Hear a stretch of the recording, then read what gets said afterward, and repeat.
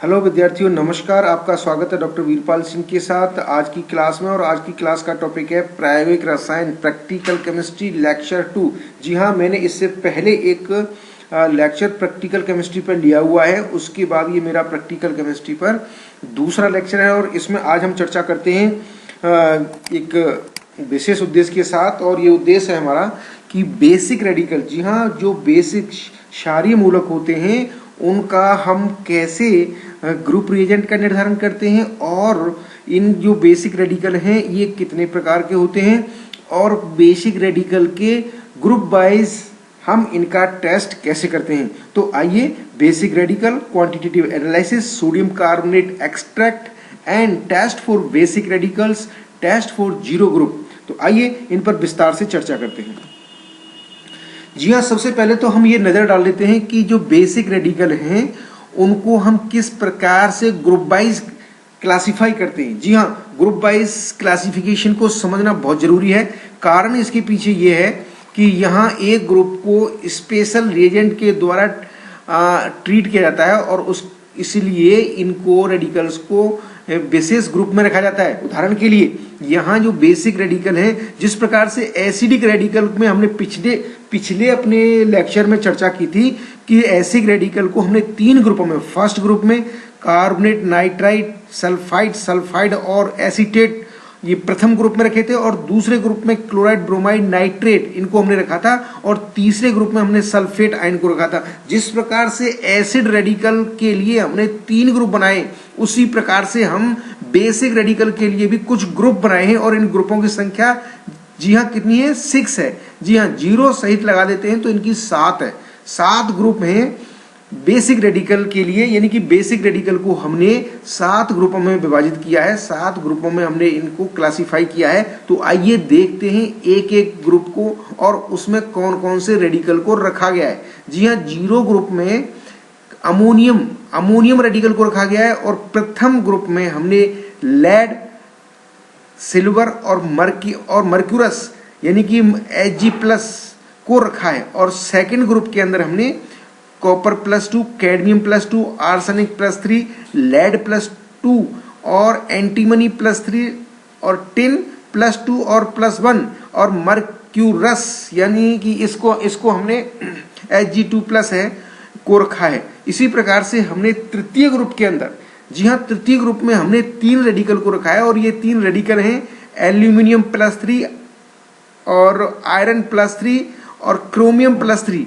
और fourth group में हमने रखा है 4 रेडिकल्स को। ये 4 रेडिकल्स इस प्रकार हैं: जिंक +2, मैग्नीज +2, निकल +2, कोबाल्ट +2। और फिफ्थ ग्रुप में, यानी कि बेसिक रेडिकल के 5th ग्रुप में हमने 3 रेडिकल को रखा है। ये रेडिकल हैं बेरियम +2, स्ट्रोंशियम +2, कैल्शियम +2। और लास्ट, जिसे हम 6th group of basic radical कहते हैं, जिसमें हमने मात्र 1 रेडिकल को रखा है, और वो रेडिकल है मैग्नीशियम +2। जी हाँ, हमने बेसिक रेडिकल को 7 यानी कि 6 ग्रुपों में और एक 0 ग्रुप में, टोटल 7 ग्रुपों में क्लासिफाई किया है, और उनमें आने वाले रेडिकल्स का हमने यहाँ पर विस्तार से अध्ययन कर लिया है। और ये हमारे लिए जरूरी है कि हमें ये याद रहे कि किस ग्रुप में बेसिक रेडिकल कौन कौन से हैं, किस ग्रुप में बेसिक रेडिकल कौन कौन से हैं, ये हमें याद रखना अति आवश्यक है। अब हम एक चर्चा और कर लेते हैं जो कि हमें आगे बहुत महत्वपूर्ण रहेगी, और हमारी आगे की कार्यप्रणाली के लिए, प्रैक्टिकल करने के लिए बहुत ही इंपॉर्टेंट रोल प्ले करेगी, और हमें रेडिकल का अंदाज लगाने में बड़ी भारी मदद करेगी। तो ये है कलर। जी हाँ, पदार्थ का कलर और कलर का कारण, जिन्हें हमें जान लेना या हमारे ध्यान में रखना बहुत जरूरी है। तो देखते हैं, ब्लू कलर किसकी वजह से होता है? ये कॉपर के लवण की वजह से होता है। डार्क ग्रीन, गहरा हरा, ये क्रोमियम के लवण और ऑक्साइड की वजह से होता है। ग्रीन, ये आयरन, निकल, कॉपर और क्रोमियम के लवण की वजह से होता है। लाइट येलो, ब्राउन, हल्का पीला या भूरा, ये आयरन की लवण की वजह से होता है। डार्क ब्राउन, गहरा भूरा, यह है लेड ऑक्साइड और बिस्मथ ऑक्साइड के ऑक्साइडों की वजह से होता है। रेडिश, लाल भूरा, जी हाँ, ये फेरिक ऑक्साइड की वजह से होता है। लाइट पिंक, हल्का गुलाबी, ये एमएन के लवण की वजह से होता है। पिंक, गुलाबी, ये कोबाल्ट के लवण की वजह से होता है। ऑरेंज, रेड, नारंगी, लाल, यह एंटीमनी सल्फाइड की वजह से होता है। तो हमें यहाँ पर रंग के साथ साथ हमें उसके लवण पार्टिकुलर बेसिक रेडिकल के लवण का अंदाज लग जाएगा। यहाँ पर रेड कलर है वो एजीओ, Ag(I2) और Pb3O4 आदि लवणों की वजह से हो सकता है। येलो कलर, पीला कलर है वो कैडमियम सल्फाइड, Ag2S3 और SnS2 एजीओ के ताजा अवक्षेप की वजह से, लवणों के ताजा अवक्षेप की वजह से हो सकता है। ब्लैक कलर यानी काला कलर ये है कॉपर सल्फाइड CuO और कोबाल्ट ऑक्साइड MnO2 FeS तथा Ag(Pb) बिस्मथ निकिल MnCl2 के लवणों की वजह से हो सकता है। यदि पदार्थ नीला है और वह पदार्थ हवा में रखा होने पर हल्का काला या भूरा बादामी सा पड़ जाता है तो ये कलर लेड और बिस्मथ के लवण की वजह से हो सकता है। तो यहाँ हमने चर्चा की है कि यदि पदार्थ रंगीन है, कलर्ड है, तो उस कलर का कारकों का भी हमें अंदाज होना चाहिए। यानी कि इस पर्टिकुलर कलर का पदार्थ यदि हमें मिला है, मिक्सचर मिला है, तो उसके लिए हमारे दिमाग में एस्टिमेट लग जाना चाहिए कि ये किस बेसिक रेडिकल के लवण की वजह से कलर हो सकता है, और आगे उसी आधार पर हमें आगे रास्ता निर्धारित करना चाहिए, आगे का रूट हमें उसी प्रकार से आगे का केमिकल टेस्टिंग का रूट तैयार कर लेना चाहिए। अब है सोडियम कार्बोनेट एक्सट्रैक्ट। जी हाँ, एक बीच में हम बेसिक रेडिकल के लिए एक 3 स्लाइड का हम यहाँ पर 2 मिनट का हम एक और चर्चा कर लेते हैं, क्योंकि ये हमारे आगे के कार्य को समझने में मदद करेगा। वो है सोडियम कार्बोनेट एक्सट्रैक्ट, यानी सोडियम कार्बोनेट निस्यंद क्या होता है। जी हाँ, ये जो एसिडिक रेडिकल्स होते हैं उनके लिए ये सोडियम कार्बोनेट एक्सट्रैक्ट तैयार किया जाता है। एसिड रेडिकल के सक्सेसफुल टेस्टिंग के लिए सोडियम कार्बोनेट एक्सट्रैक्ट तैयार किया जाता है। कब किया जाता है और कैसे किया जाता है, इसको हम अभी विस्तार से अध्ययन कर लेते हैं। ऐसे लवण जो जल अथवा तनु अम्लों में अवलेयशील रहते हैं, इनसॉल्युबल रहते हैं, उनके अम्लीय मूलकों का परीक्षण अच्छी तरह से करने के लिए, ठीक ढंग से करने के लिए, उन अम्लीय मूलकों के लवणों को पानी में घुलने के लिए, घुलनशील बनाने के लिए हम उन लवणों को सोडियम लवण में कन्वर्ट करके उन्हें सॉल्युबल बना देते हैं, और इसी प्रक्रिया को हम सोडियम एक्सट्रैक्ट कहते हैं।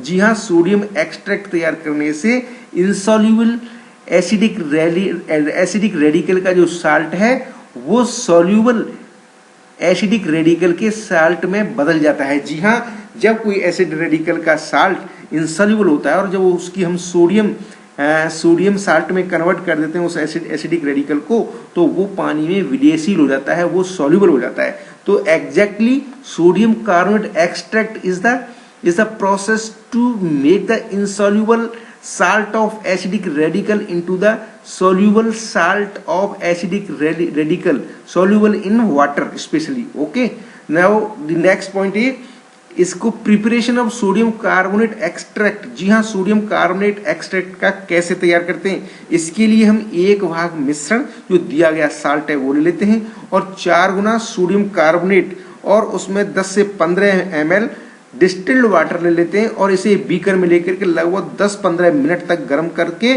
और ठंडा करके छान लेते हैं। इस प्रकार प्राप्त जो विलयन है वो सोडियम कार्बोनेट एक्सट्रैक्ट कहलाता है। और ये जो सोडियम कार्बोनेट एक्सट्रैक्ट है ये एसिडिक रेडिकल के टेस्टिंग यानी कि एसिडिक रेडिकल पर जो कंडक्ट होने वाले टेस्ट हैं, केमिकल टेस्ट, उनके लिए सूटेबल होता है। तो यहां पर हमें एक एग्जांपल लेते हैं टिन क्लोराइड का, SnCl2। ये इनसॉल्युबल है in water, this salt is insoluble in water. तो हम सोडियम कार्बोनेट से जब रिएक्ट कराते हैं तो जो acid radical, chloride acid radical है, जब ये सोडियम साल्ट में कन्वर्ट हो जाता है तो ये सॉल्युबल हो जाता है और क्लोराइड रेडिकल है वो इजीली सॉल्यूशन में अवेलेबल हो जाते हैं। तो इसलिए हम सोडियम कार्बोनेट एक्सट्रैक्ट बनाते हैं। यहां दूसरा एक और एग्जांपल लेते हैं कैल्शियम ऑक्सलेट का।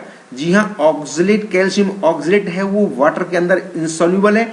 जब हम इसको सोडियम कार्बोनेट के साथ डिस्टिल्ड वाटर सॉल्यूशन तैयार करते हैं तो ऑक्सलेट है वो सोडियम साल्ट में, सोडियम ऑक्सलेट में कन्वर्ट हो जाता है और सोडियम ऑक्सलेट है वो वाटर सॉल्युबल होता है और ऑक्सलेट आयन इजीली अवेलेबल हो जाता है। तो इस प्रकार से कई बार जब हम एसिड रेडिकल मिक्सचर में एसिड रेडिकल दिया हुआ है और उसका साल्ट इनसॉल्युबल होने की वजह से वो टेस्ट में रिपोर्ट नहीं कर पाता है, क्योंकि वो एसिड रेडिकल पानी के अंदर अवेलेबल ही नहीं होता है because of its इनसॉल्युबिलिटी in water. But जब हम उसको सोडियम कार्बोनेट एक्सट्रैक्ट बनाते हैं तो वो अनअवेलेबल एसिडिक रेडिकल अवेलेबल हो जाता है because it become soluble in water. इसीलिए हम सोडियम एक्सट्रैक्ट तैयार करते हैं। सोडियम कार्बोनेट की अधिकता नष्ट करने के लिए अम्ल का मिलाना आवश्यक है, क्योंकि सोडियम कार्बोनेट जब हम एक्सेस में मिला देते हैं तो उसको न्यूट्रल करना आवश्यक है। इसके लिए हम उसमें अम्ल एसिड मिलाते हैं, और एसिड तब तक मिलाते हैं जब तक कि कार्बोनेट गैस सनसनाहट के साथ निकलना बंद नहीं कर देती, और इसी स्थिति को हम उदासीन सोडियम कार्बोनेट एक्सट्रैक्ट कहते हैं, जो कि सभी अम्लीय मूलकों के आगामी केमिकल टेस्टिंग के लिए बेस्ट सॉल्यूशन होता है। अब इस पर एक नजर डाल लेते हैं एसिड रेडिकल के टेस्टिंग पर, यानी कि सोडा निश्चन यानी सोडियम एक्सट्रैक्ट और डाइल्यूट HCl उसमें जब डालते हैं तो बुलबुले निकलते हैं, जो कि बुलबुले निकलने बंद ना हो जाए तब तक उसमें डालते हैं ताकि वो न्यूट्रल सॉल्यूशन हो जाए। फिर उसमें बेरियम क्लोराइड या बेरियम नाइट्रेट का सॉल्यूशन मिक्स करते हैं तो सफेद अवक्षेप आता है, जो इंडिकेट करता है कि उसमें सल्फेट आयन प्रेजेंट हो सकता है। और यह अवक्षेप जब इस अवक्षेप को कलेक्ट करके अम्लों में घोला जाता है तो इनसॉल्युबल होता है। इससे कन्फर्म होता है कि उसमें सल्फेट आयन प्रेजेंट है।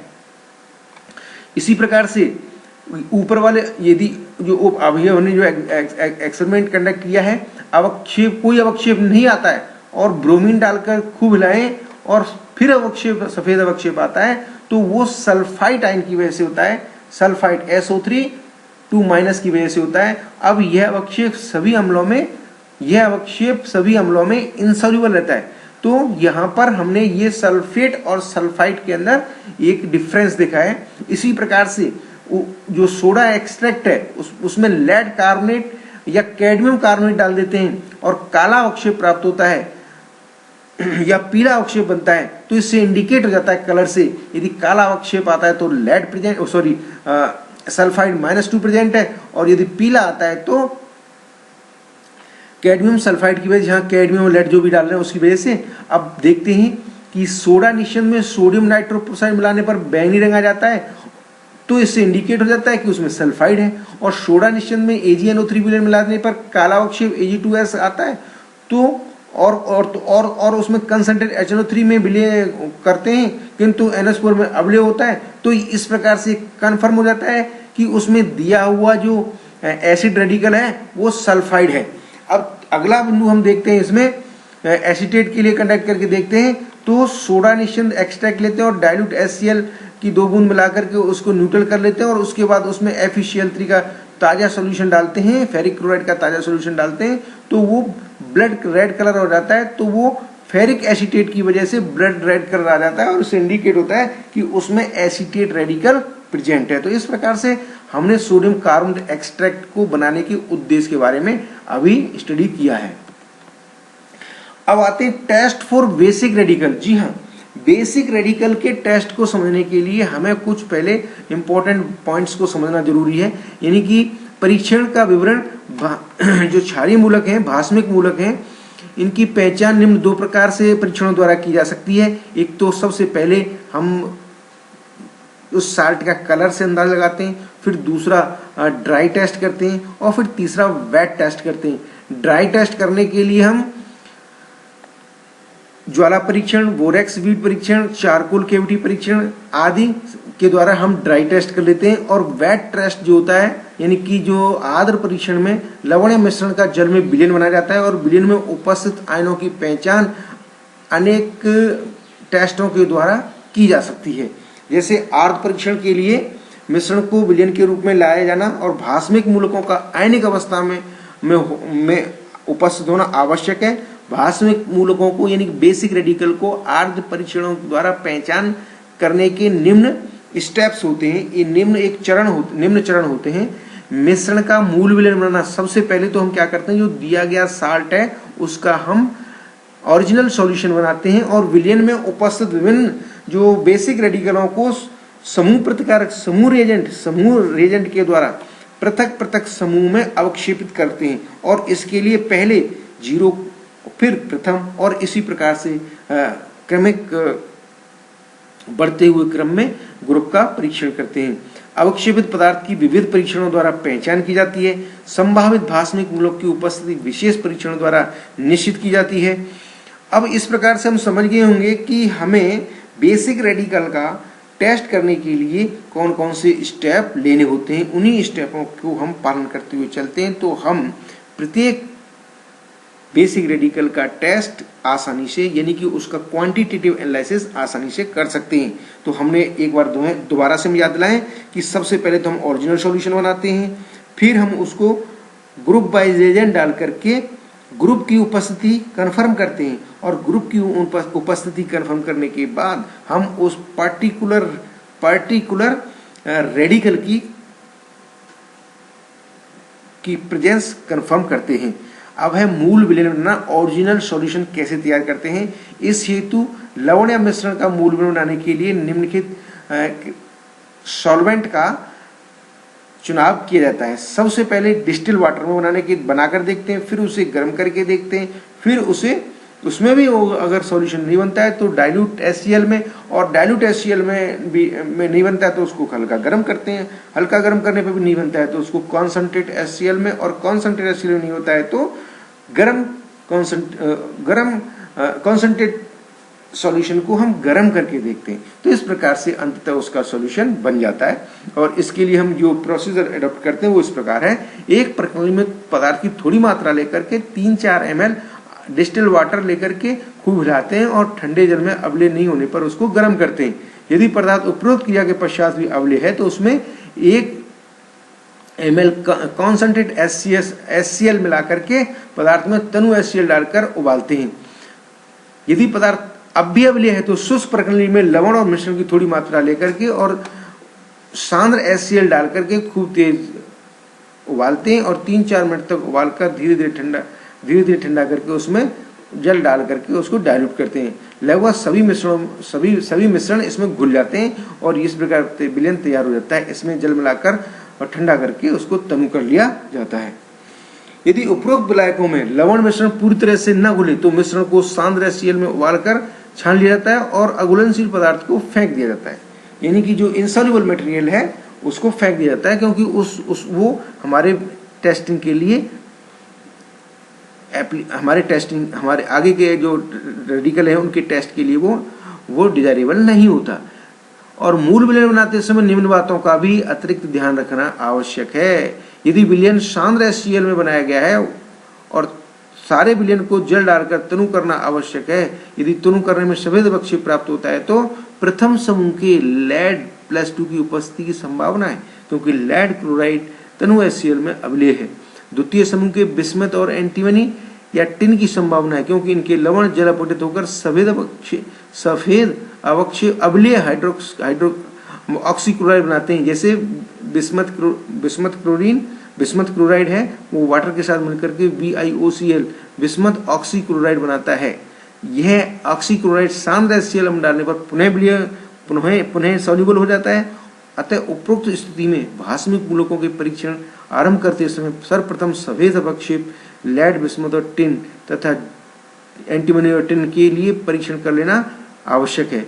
जहां तक संभव हो मूल विलयन बनाने में सांद्र HNO3 अम्ल अथवा अम्लराज HNO3 और HCl 1:3 में 3 के भाग का उपयोग नहीं करना चाहिए, क्योंकि HNO3 अम्ल H2S को सल्फर में ऑक्सीकृत कर देता है, जो द्वितीय समूह के मूलकों के सही परीक्षण में बाधक होते हैं। और इसी प्रकार से सांद्र अम्ल की उपस्थिति में PbCl2 का प्रथम समूह में पूर्ण अवक्षेप नहीं हो पाता है। सांद्र HNO3 सल्फाइड को सल्फेट में ऑक्सीकृत कर देता है, जिससे बेरियम, स्ट्रोंशियम और लेड के सल्फेट अवक्षेप हो जाते हैं। लेड, कॉपर, बिस्मथ और कैडमियम के सल्फाइड HNO3 अम्ल में विलय होकर पूर्ण रूप से अवक्षेपित नहीं हो पाते हैं। यदि मूल विलयन नाइट्रिक अम्ल में बनाया भी जाता है तो विलयन को गर्म करके, यदि ऐसी परिस्थिति आ भी जाए तो विलयन को गर्म करके शुष्क होने तक गर्म करके फिर शुष्क पदार्थ में 1-2 ml HCl डालकर फिर शुष्क होने तक गर्म करना चाहिए। यह क्रिया तब तक दोहराई जानी चाहिए जब तक कि भूरे रंग की वाष्प निकलना बंद न हो जाए और बचे हुए शुष्क पदार्थ को तनु HCl के द्वारा उबाल कर छान लेना चाहिए तथा इस प्रकार विलयन को मूल विलयन के रूप में उपयोग करना चाहिए। भास्मिक मूलकों का वर्गीकरण। जी हाँ, भास्मिक मूलकों को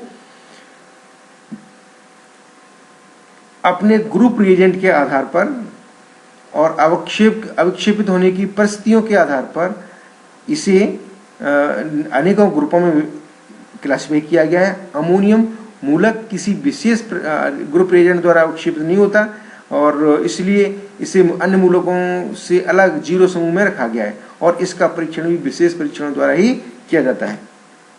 तो देखते हैं समूह रिएजेंट और ग्रुप और उसमें आने वाले बेसिक रेडिकल। तो शून्य समूह है। टोटल आप देख रहे हैं कि टोटल बेसिक रेडिकल के टोटल जो समूह है वो 7 है इंक्लूडिंग 0 और ग्रुप रिएजेंट प्रत्येक समूह का ग्रुप रिएजेंट है वो हम एक एक करके अध्ययन करेंगे और इसके साथ ही उस ग्रुप में आने वाले आयंस का भी हम अध्ययन करेंगे। तो शून्य समूह है उसमें एक ही मूलक है और वो अमोनियम है और इसका जो ग्रुप रिएजेंट है वो डाइल्यूट NaOH सॉल्यूशन है और फर्स्ट ग्रुप में जो ग्रुप रिएजेंट है वो डाइल्यूट HCl है और इसमें जो रेडिकल है वो लेड, मरकरी और सिल्वर है। सेकंड ग्रुप के अंदर ग्रुप रिएजेंट है वो डाइल्यूट HCl की उपस्थिति में H2S गैस है और इसमें जो सेकंड A में है मरकरी, लेड, कॉपर और बिस्मथ और सेकंड B में है कैडमियम, आर्सेनिक, एंटीमनी, टिन। और जो थर्ड है जो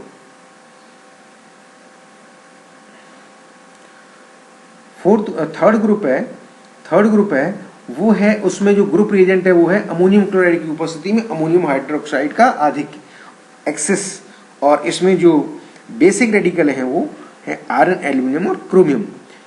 फोर्थ ग्रुप उसमें है अमोनियम हाइड्रोक्साइड की प्रेजेंस में H2S गैस और इसमें जो रेडिकल हैं वो जिंक, Mn, निकेल और कोबाल्ट हैं। पांचवा जो समूह है उसके अंदर जो ग्रुप रिएजेंट है वो है अमोनियम हाइड्रोक्साइड की उपस्थिति में अमोनियम कार्बोनेट और इसमें जो रेडिकल हैं बेरियम, स्ट्रोंशियम और कैल्शियम है। और इसी प्रकार से जो सिक्स्थ ग्रुप में ग्रुप रिएजेंट है अमोनियम हाइड्रोक्साइड की प्रेजेंस में सोडियम हाइड्रोजन फॉस्फेट और इसमें जो रेडिकल है वो मैग्नीशियम आयन।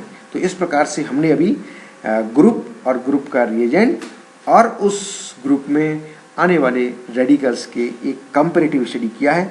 ये हमारे लिए बहुत ही महत्वपूर्ण है। आगे इसी स्टेप को स्टेप बाय स्टेप जाते हुए ही हम बेसिक रेडिकल का कन्फर्मेटरी टेस्ट करेंगे। तो इस प्रकार से हमने देखा है कि यहाँ हमें स्टेप बाय स्टेप चलना है और मिक्सचर में दिए गए रेडिकल को किस आधार पर हमें मिक्सचर में देना है इसके लिए एक हमें कुछ निर्देशों का पालन करना जरूरी होता है कि कुछ लवण मिश्रण में गर्म सांद्र HCl और अम्लराज में भी अविलेय होते हैं। ये पदार्थ का परीक्षण के लिए नहीं दिए जाते क्योंकि इसके कई कारण हैं।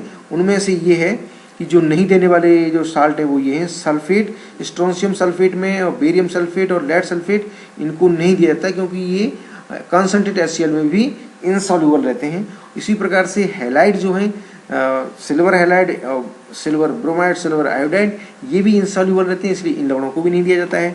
ऑक्साइड में aluminium oxide, chromium oxide, iron oxide, tin oxide और एंटीमनी ऑक्साइड इनको भी हम नहीं देते। इसी प्रकार से टिन सल्फाइड को भी अपन नहीं देते। अब आइए हम जीरो ग्रुप जिसका कि हम आज परीक्षण करने वाले हैं और परीक्षण का प्रक्रिया जानने वाले हैं और कौन कौन से इसमें कन्फर्मेटरी टेस्ट होते हैं ये जानने वाले हैं, इसको हम सिस्टमेटिकली स्टडी करते हैं। तो देखते हैं जीरो ग्रुप जो शून्य समूह होता है उसका जो रेडिकल है उसमें अमोनियम है और ग्रुप रिएजेंट है वो NaOH डाइल्यूट NaOH सॉल्यूशन होता है। तो आइए सबसे पहले हम जो मिक्सचर होता है उस मिक्सचर को dry dry and clean test tube के अंदर लेते हैं और उसमें थोड़ा सा डाइल्यूट NaOH सॉल्यूशन डालकर गर्म करते हैं और गर्म करने पर अमोनिया की तीखी गंध आती है, तो इससे कन्फर्म हो जाता है कि उसमें अमोनियम रेडिकल प्रेजेंट है। और इसको रिकन्फर्म करने के लिए टेस्ट ट्यूब के मुंह पर सांद्र HCl अम्ल से भीगी एक कांच की छड़ लाते हैं, तो उस पर अमोनियम क्लोराइड के फ्यूम्स बन जाते हैं। अमोनियम आयन है, वो HCl की जो रॉड है वो अमोनिया गैस को एब्जॉर्ब करके अमोनियम क्लोराइड के फ्यूम बना देती है।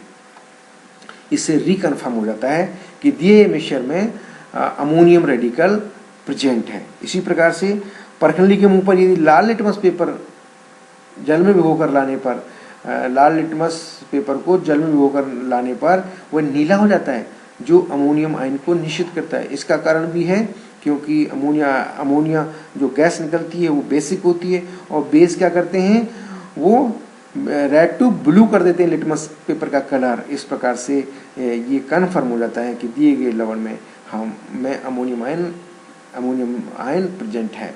और तीसरा रिकन्फर्मेटिव टेस्ट है, मिश्रण के जलीय विलयन में नेशनल सॉल्यूशन बनाने पर भूरा अवक्षेप आता है जो अमोनियम आयन की प्रेजेंस को कन्फर्म करता है। तो इस प्रकार से हमने फर्स्ट ग्रुप है जो जीरो ग्रुप है, शून्य ग्रुप है, उसमें कौन सा रेडिकल, कौन सा रिएजेंट, क्या स्टेप्स होते हैं, कौन कौन से कन्फर्मेटिव टेस्ट होते हैं, इनका हमने डिटेल में स्टडी किया है। प्रोसेस का हमने डिटेल में स्टडी किया है, जो कि हमें केमिस्ट्री लैब के अंदर केमिस्ट्री प्रैक्टिकल को करने में बहुत ही सहूलियत देगा। तो इस प्रकार से हमने आज जीरो ग्रुप का विस्तार से systematically zero group radicals, basic radical का टेस्ट करना सीख लिया है।